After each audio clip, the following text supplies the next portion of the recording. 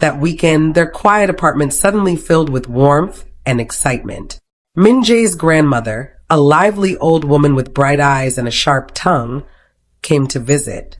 She stepped into the living room, scanning the apartment until her gaze landed on Ngozi. "Oh, so this is my granddaughter-in-law." Grandma beamed, her wrinkled face breaking into the widest smile. She walked toward Ngozi and gently held her hands as though she had been waiting for this day forever. Ngozi bowed politely, unsure of what to say. She had expected judgment, maybe even rejection. Instead, she was welcomed with hugs, laughter, and endless chatter about cooking, family, and how beautiful she looked. Finally, Min Jae brought home someone with kind eyes, Grandma said, casting a playful glare at her grandson. Minho only coughed awkwardly, pretending to focus on pouring tea. Dinner that evening was cheerful. Grandma kept talking, asking Ngozi about Nigeria, her studies, and her favorite food. For the first time in a long while, Ngozi felt a sense of family she had missed since leaving home. But later that night, things took an unexpected turn. Grandma called Ngozi into the guest room, away from Min Jae. She sat her down on the bed, her tone turning softer, almost secretive. "My dear," she said gently, "do you know how long my grandson has loved you?" Ngozi blinked in confusion. "Loved me? Grandma, I think you may be mistaken. We only met recently." Grandma chuckled knowingly and reached for her handbag. From it, she pulled out an old photograph, faded but still clear. It was a group photo from Minho's college days. Students standing side by side, smiling awkwardly for the camera. And there she was, Ngozi, fresh-faced, with her afro puff tied neatly, standing at the edge of the group. Her breath caught. "You see this?" Grandma tapped the photo with her finger. "He kept this picture all these years. He told me about the strong, fearless girl who defended him when others bullied him. He never forgot." Ngozi's heart skipped. "He kept this?" "Yes," Grandma said warmly. "You might think he's cold, arrogant, even playful. But to him, you were never just a stranger. He's loved you since he was a boy, too shy to say it. And now you are here beside him. I am so happy for you, my dear."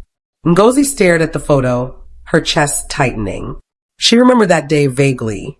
The laughter, the group of students, and how she never thought twice about it. Yet to Min Jae, it seemed to have meant everything. Ngozi couldn't shake the thought. Did Minho truly carry feelings for her all these years?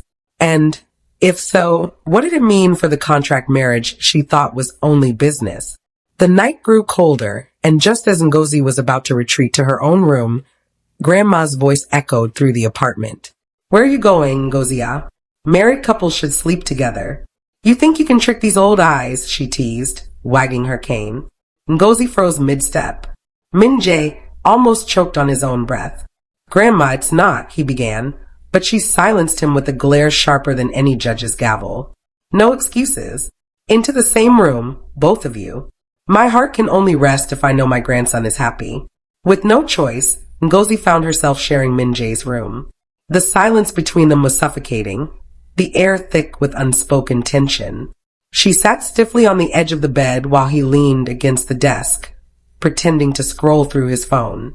Neither dared to speak first, but her eyes kept drifting to the old photograph still in her hand. The memory of Grandma's words, "He's loved you all these years," burned in her mind until she couldn't hold it in anymore. She stood suddenly and turned to him. "Why do you have this picture, Min Jae?" Her voice was sharp, but her fingers trembled. He looked up, startled. "Grandma told you, didn't she?" "That's not an answer," she shot back. "Why keep this? Why pretend this marriage was only business when it clearly isn't?" For a moment, he tried to mask it with his usual smirk. "Maybe I like collecting souvenirs." But her eyes didn't leave his, and his smirk faltered. The room grew too quiet, the weight of the truth pressing down on them. He pushed off the desk, walking slowly toward her until he stood close enough to reach out. "You want the truth?" His voice was softer now, almost pleading. "Yes, I kept it. Yes, I remembered you. You were the only one who ever defended me, Ngozi. Do you know what that meant to me back then?" Her breath caught. "So all this contract, this marriage, was it your way of getting back at me?" Or was it something else? Instead of answering, he stepped closer, gently prying the photo from her hand and setting it on the desk. His fingers lingered on hers, warm, steady. I didn't plan to tell you like this, he whispered, his eyes searching hers. But I can't keep pretending anymore. And before she could speak again, he pulled her closer, his lips capturing hers in a kiss. Gentle at first, then deepening with the force of everything he had held back for years. Her heart pounded wildly. She should have pulled away, should have reminded herself it was all fake. But instead, she melted against him, the old photograph lying forgotten on the desk beside them. The kiss lingered between them, filling the room with a heat neither dared to acknowledge out loud. When Min-jae finally pulled back, Ngozi sat frozen, her fingers still curled around his shirt. She quickly turned away, her chest rising and falling too fast. The silence stretched again, heavy loaded, until Ngozi pressed her hand against her temple. A sudden ache throbbed in her head, sharp and insistent. You okay? Min-jae's voice lost its usual teasing edge, replaced by something softer. It's nothing, she muttered, trying to stand. But her body betrayed her, swaying slightly. He caught her immediately, steadying her with his hands. Nothing. His brows furrowed. You look pale. I'm just tired, it's been a long day. Min-jae didn't argue. Instead, he guided her gently toward the bed. She resisted for a moment, glaring at him as though he had no right to care, but the weight of exhaustion pressed her down. He fetched a small towel, dampened it with cool water from the bathroom, and returned to her side. Sit still, he ordered quietly, his tone firm but kind. She rolled her eyes. I can take care of myself. I know you can, he said, wringing out the towel. But tonight let me. The way he said it left her no room to argue. She sat there, silent, as he carefully dabbed the cool cloth against her forehead. The gentle rhythm of his hand surprised her, far removed from the arrogant man she thought she knew. His touch was steady, almost protective, as though every stroke carried years of unspoken affection. Ngozi dared a glance at him. His face was serious, his eyes focused entirely on her. No smirk, no teasing, just sincerity. Her heart betrayed her again, thudding louder. She wanted to pull away, to remind herself this was a contract, nothing more. But for the first time, she let herself relax, leaning slightly into his hand. You're impossible, she whispered. Min-jae smirked faintly, though his eyes softened. And you're stubborn.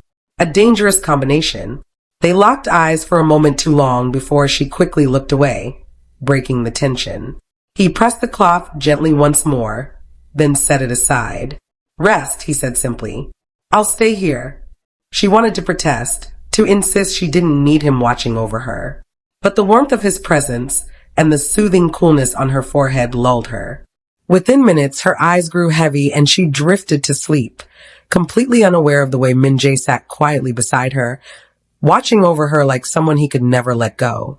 Morning sunlight spilled into the kitchen, warm and cheerful. Ngozi shuffled in, still a little groggy, her afro puffed slightly untidy from sleep. Min-jae was already at the dining table, sipping coffee like nothing unusual had happened the night before. But Grandma was ready. Well, she sang, eyeing them both with a sly grin. Did the lovebird sleep well? Ngozi nearly choked on the water she had just poured for herself. Grandma, it's not. Oh, don't be shy. Grandma clapped her hands, delighted. I heard no arguments last night. Finally, peace in this house. Min-jae raised his eyebrows, hiding his smirk behind his coffee mug. We were very cooperative, Grandma. Ngozi shot him a death glare under the table, but Grandma only grew more excited. She leaned forward, pointing her chopsticks at them. I want to see it. A kiss. Just a morning kiss for Grandma. Both Ngozi and Minho froze. What? Ngozi nearly dropped her glass. Grandma tilted her head. What's marriage without kisses? Or are you two still shy after all these years? Min-jae set his coffee down slowly, his lips twitching like he was enjoying every second of this. If Grandma insists, he turned toward Ngozi, leaning in with exaggerated slowness. Her eyes widened, panic flashing across her face. She shoved him lightly with her palm. Don't you dare. Grandma burst out laughing, slapping the table. Egu, you're too cute. Playing hard to get even after the wedding. Ngozi hid her face in her hands, groaning. Minjae leaned back casually, smug as ever. See, Grandma? She's shy. But don't worry. I'll handle it. Good boy, Grandma said proudly, nodding at her grandson. I raised you well. Ngozi wanted the ground to swallow her whole. Between Grandma's teasing and Minjae's smirking victory, breakfast felt like a battlefield, one she was clearly losing. But in that moment, she also realized something terrifying. This pretend marriage was starting to feel a little too real. The soft hum of the office filled the late afternoon air. Files were scattered across the long table as Minjae and Ngozi sat side by side, their shoulders almost brushing. The case they were working on was unlike any other. It was about a woman trapped in an abusive marriage, desperately fighting for her freedom. Ngozi's brows furrowed as she read through the details, her chest tightening with every line. This is horrible, she whispered, her voice breaking. How can someone treat their wife like this and still walk around freely? Minjae glanced at her, his usual composed expression softening. Ngozi, I know it's upsetting, but we need to approach it logically if we want to help her. Emotion clouds judgment. But Ngozi shook her head, her voice rising. How can you say that? She's been beaten for years. She has scars all over her body, and the system ignored her until now. If we treat this like just another case, aren't we failing her all over again? His jaw tightened. I'm saying we need strategy. Passion alone won't win this case. She stood abruptly, her chair scraping against the floor. Then maybe you sit here with your cold strategies, while I fight for her the way she deserves. Ngozi, he said firmly, his voice deepening, don't let your emotions ruin this. You'll lose the case before it even begins. But she had already gathered the files, hugging them to her chest. Her eyes flashed with both hurt and determination. I don't care. If you don't want to help me, fine. I'll do this alone. Before he could respond, she stormed out of the office, her heels clicking against the floor, leaving Minjae staring after her in frustration.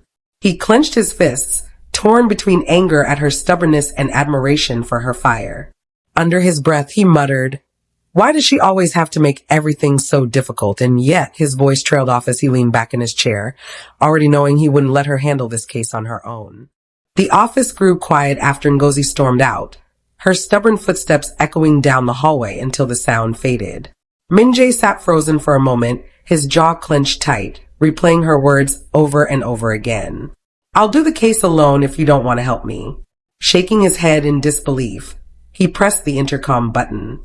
Give me the full report on the Kim domestic abuse case, he ordered another associate firmly. Within minutes, a thick folder was placed on his desk.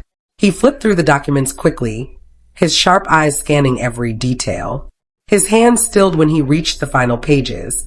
The location of the client's home was highlighted in bold red, an abandoned industrial neighborhood on the outskirts of Seoul, infamous for gang activity and police hesitation.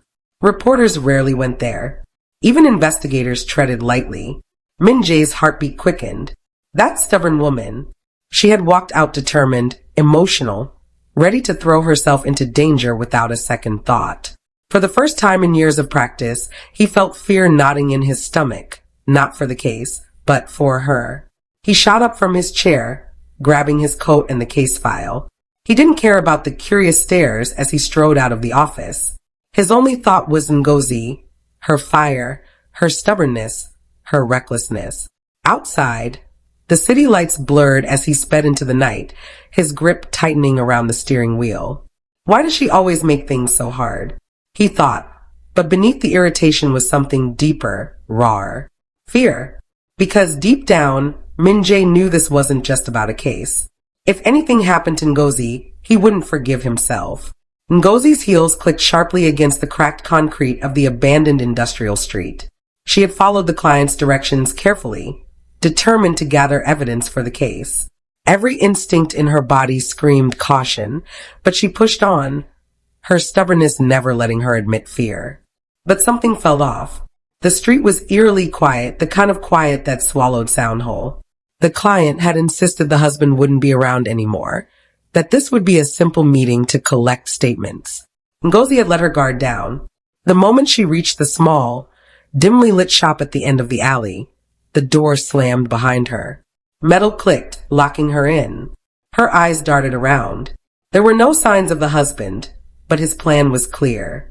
He had brainwashed his wife, making her act like a cooperative client, luring Ngozi in so he could trap her. Panic rose in her chest, but she refused to crumble. Taking a deep breath, she scanned the shop. Shelves were stacked high with old boxes, the faint smell of rust and dust filling the air. She needed a way out fast, but her phone was in her bag across the room. Frantically, she grabbed it, her hands shaking, and dialed Min-jae's number. Her voice trembled, echoing slightly in the empty shop. I'm trapped, the client tricked me. The husband, he's involved. Please come quickly. Her heart pounded. Her hands gripped the phone like a lifeline as she crouched behind a stack of crates, trying to make herself invisible. The husband's wife, still brainwashed, stood near the door, unaware of Ngozi's call. Outside, Min-jae's voice came through, calm yet urgent. Ngozi, stay calm. Tell me exactly where you are. Don't move. I'm coming. Hold on. Tears pricked her eyes, but she swallowed them, her fear mingling with determination. She wasn't going to let this case or this woman's life fail, nor would she let herself be a victim. Minutes stretched like hours. The sound of distant engines grew louder, and Ngozi's ears perked up. Footsteps approached the door. Her breath caught. Could Min-jae reach her in time? Or would her stubborn decision to go alone put her in even greater danger than she had imagined? Ngozi's back pressed hard against the crates as the husband stormed into the shop, his face twisted with fury. His wife lingered near the door, her eyes clouded with fear and blind loyalty.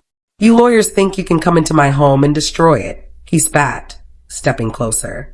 Ngozi straightened, her voice firm though her heart raced. You've been abusing her for years. This stops today, she fired back. Her defiance only enraged him more. With a growl, he raised his hand, ready to strike. Ngozi flinched, her breath catching in her throat. Suddenly, the door slammed open. Min-jae stormed in, his suit jacket flying, eyes blazing. Lay a finger on her and you'll regret it, he thundered.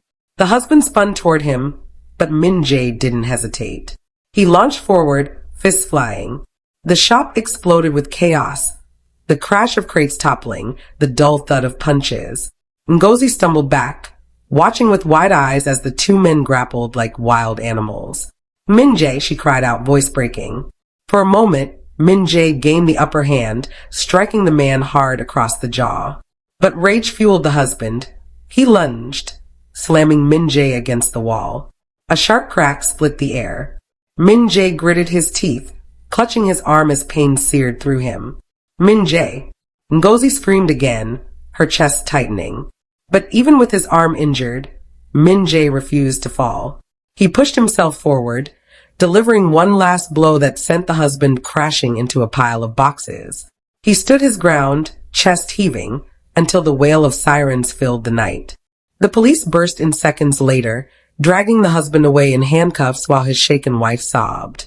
Min-jae slumped against the crates, his arm hanging awkwardly, sweat and pain etched on his face. Ngozi rushed to him, kneeling by his side, her hands trembling as she touched his cheek. You idiot, she whispered, tears brimming in her eyes. Why would you do something so reckless? Through the agony, Min-jae gave a faint, lopsided smile. Because I couldn't let him touch you. Her heart twisted at his words, her defenses weakening in the face of his sacrifice. For the first time, she saw not just her arrogant client, but a man who would risk everything, just for her. The sterile scent of antiseptic filled the hospital room as Min-jae lay on the bed, his arm in a fresh cast. His face was pale but calm, the traces of the brutal fight still etched across his features. Ngozi sat by his side, her fingers fidgeting in her lap. She had refused to leave the room, even when the nurses suggested waiting outside. Her heart still hadn't recovered from the sight of him taking those blows for her. The doctor walked in, flipping through a chart. Mr. Lee Min-jae, you're lucky it was only a fracture, he said, adjusting his glasses. But you'll need weeks of proper care to heal. No stress, no lifting, and someone to help you with basic tasks. Min-jae's lips curved into the faintest smirk. Good thing I'm married, then. Ngozi's head snapped toward him, eyes narrowing, but before she could reply, the doctor smiled warmly and turned to her. Mrs. Lee, since you're his wife, I'm counting on you to take care of him at home. He'll need assistance dressing, eating, maybe even bathing. Ngozi's jaw dropped. Be bathing, she sputtered, nearly choking on her own words. The doctor chuckled. Well, if it comes to that, please, make sure he doesn't overexert himself. With that, he left the room, leaving behind a stunned silence. Min-jae turned his head slowly toward her, his eyes dancing with amusement despite his injury. You heard the doctor. You'll have to take very good care of me, Mrs. Lee. Ngozi shot to her feet, her cheeks blazing. Yeah, don't get any ideas. I'm only doing this because I was told to. Don't twist it. Min-jae chuckled, wincing slightly at the pain in his arm. Relax, I won't ask for too much. Just feed me, help me dress, maybe hold my hand when it hurts. His teasing tone softened, and his eyes lingered on her. That's not so hard, is it? Ngozi's heart thumped wildly against her chest. She wanted to scold him, to call him impossible. But instead she found herself sitting back down, her lips pressed tight to hide the storm of emotions inside her. For the first time, she wasn't sure who was more dangerous, Min-jae's broken arm or the way his smile made her heart ache. The apartment was unusually quiet when they returned. Min-jae's arm was bandaged and supported in a sling, but his eyes burned with restrained anger. He sank onto the couch, groaning softly, while Ngozi hovered nervously beside him with a pillow and blanket. Sick, he said, his tone sharp. Ngozi froze, then slowly lowered herself into the armchair opposite him. For a moment, he just looked at her, his face unreadable. Then his voice cut through the silence. Do you realize you could have been killed today? His voice cracked, not just with anger but with fear. A lawyer does not rush blindly into danger because of emotions. You were stubborn, and that recklessness almost cost us both everything. Ngozi's eyes watered. She lowered her head, ashamed. I just wanted to help her. I thought if I showed her I cared. Caring is good, Min-jae interrupted, his voice softer now. But emotions without reason will destroy you in this profession. You're not just representing people's pain. You're fighting battles with dangerous consequences. And today, your stubbornness nearly got you trapped forever. The weight of his words sank deep into her chest. She stood, walked to him, and knelt beside the couch, her hand brushing against his good arm. Her voice trembled as she whispered, I'm sorry, Min-jae. I promise, I'll never let emotions blind me again. From now on, I'll follow your lead. For the first time since the incident, Min-jae's stern expression softened. He sighed, reaching out to gently touch her hair. Good, because I need you alive, Ngozi. Her heart skipped. Alive, not just as a lawyer, but as someone he clearly didn't want to lose. The next morning, some light spilled into the apartment kitchen.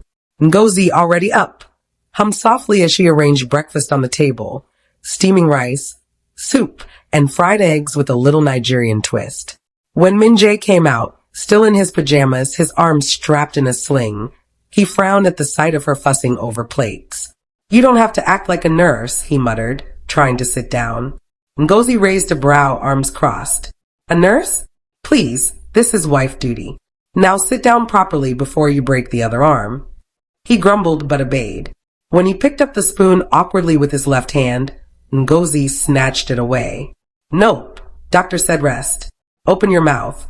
His eyes widened. What? You want to feed me? That's ridiculous.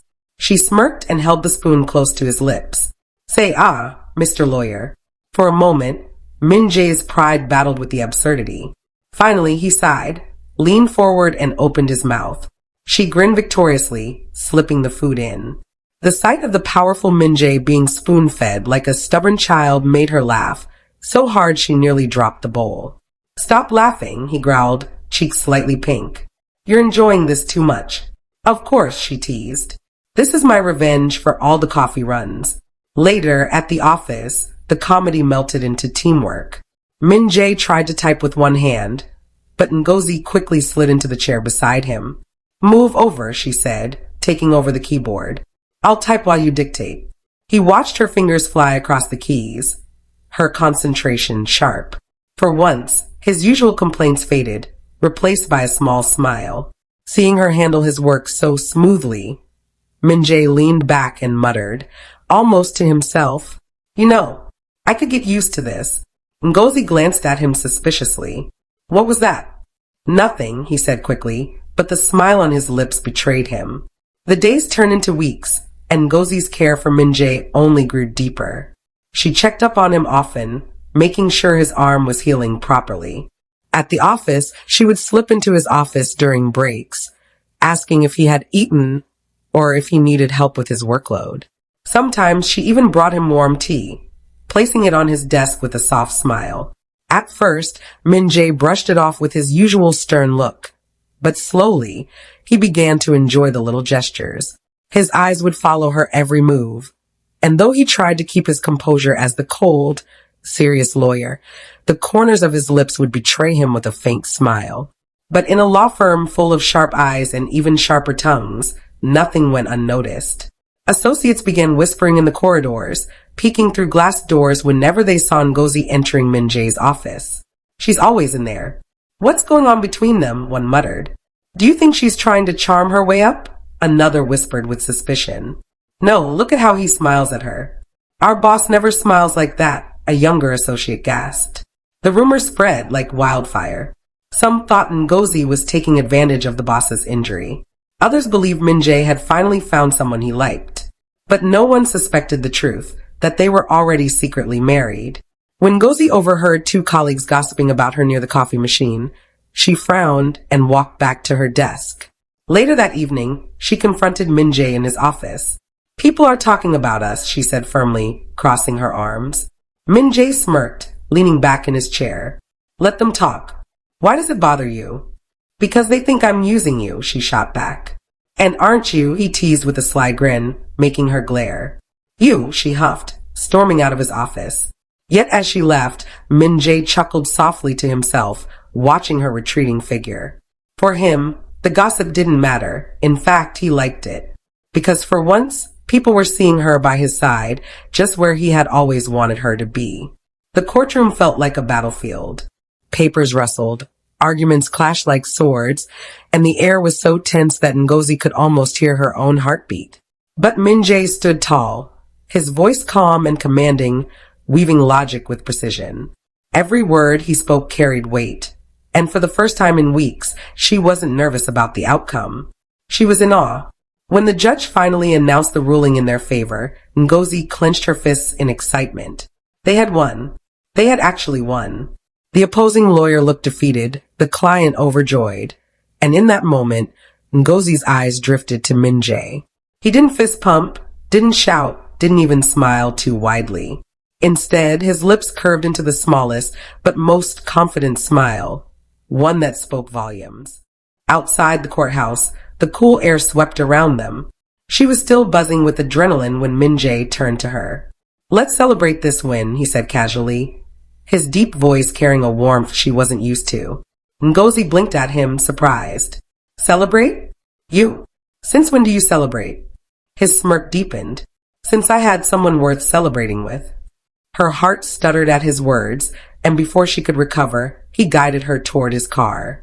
They went to a quiet restaurant tucked away in Seoul. They sat across from each other in a dimly lit booth. The warm glow of lamps, the soft jazz, and the low murmur of other diners created an intimacy Ngozi wasn't used to. They ordered food, but hardly touched it. Between them sat 2 glasses of wine, slowly emptying. She studied him for a moment, his sharp features softened by the golden light, his tie slightly loosened, his bandaged arm resting carefully on the table. For all his arrogance and sharp tongue, Min-jae had been remarkable today. Without meaning to, she asked, "Why did you choose to become a lawyer?" Her question caught him off guard. He leaned back, his gaze fixed on her as though weighing whether to answer. Slowly, he exhaled. "Because of you," he said simply. Ngozi blinked. "Me?" She laughed nervously. "Don't joke like that." But his eyes didn't waver. "Do you remember back in college, that day I was being bullied? You stood up for me. You told them off like a warrior without fear. I had never seen anyone like you. And when I thanked you, you said something that cut deeper than anything else. Her brows furrowed. What did I say? He leaned closer, his voice lower now. You told me not to spoil it. That you could only ever date a real lawyer. Do you remember? Her mouth went dry. A memory flashed in her mind, her younger self, standing tall, hands on her hips, brushing off a boy's shy confession. She hadn't thought twice about it back then. But now, sitting across from him, she realized how much weight those words must have carried. I thought you'd forgotten, she whispered. Forgotten? His lips curved into the faintest smile. Ngozi, I built my entire life around those words. I studied harder, fought harder, became the lawyer I am today, all because of you. Her chest tightened. Heat crept into her cheeks, and she tried to laugh it off. That's ridiculous, she said softly. You can't mean. But he cut her off gently. I do mean it. I've liked you since then. And though you rejected me, I never stopped. Her heart raced. She wanted to tell herself it was just the wine, just the cozy atmosphere playing tricks on her.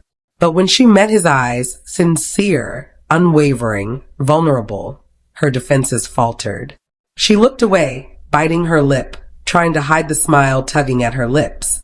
Min-jae, this marriage is supposed to be a contract, she whispered. And yet, he murmured, his gaze still locked on her. It feels more real than anything else. Her heart melted. And though she would never admit it out loud, Ngozi knew she was already falling. The ride back to the apartment was quiet, but not in an awkward way. The air between them was filled with unspoken words, the restaurant confession still hovering around them like a fragile cloud.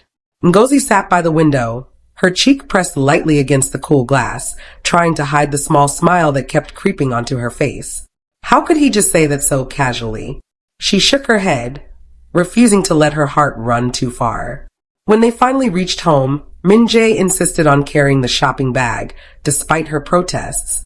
I may not be Superman, he said with a teasing grin, but I can at least carry noodles. His boyish charm made her laugh, and for a moment, she allowed herself to just enjoy his presence. As soon as they stepped inside, her phone buzzed.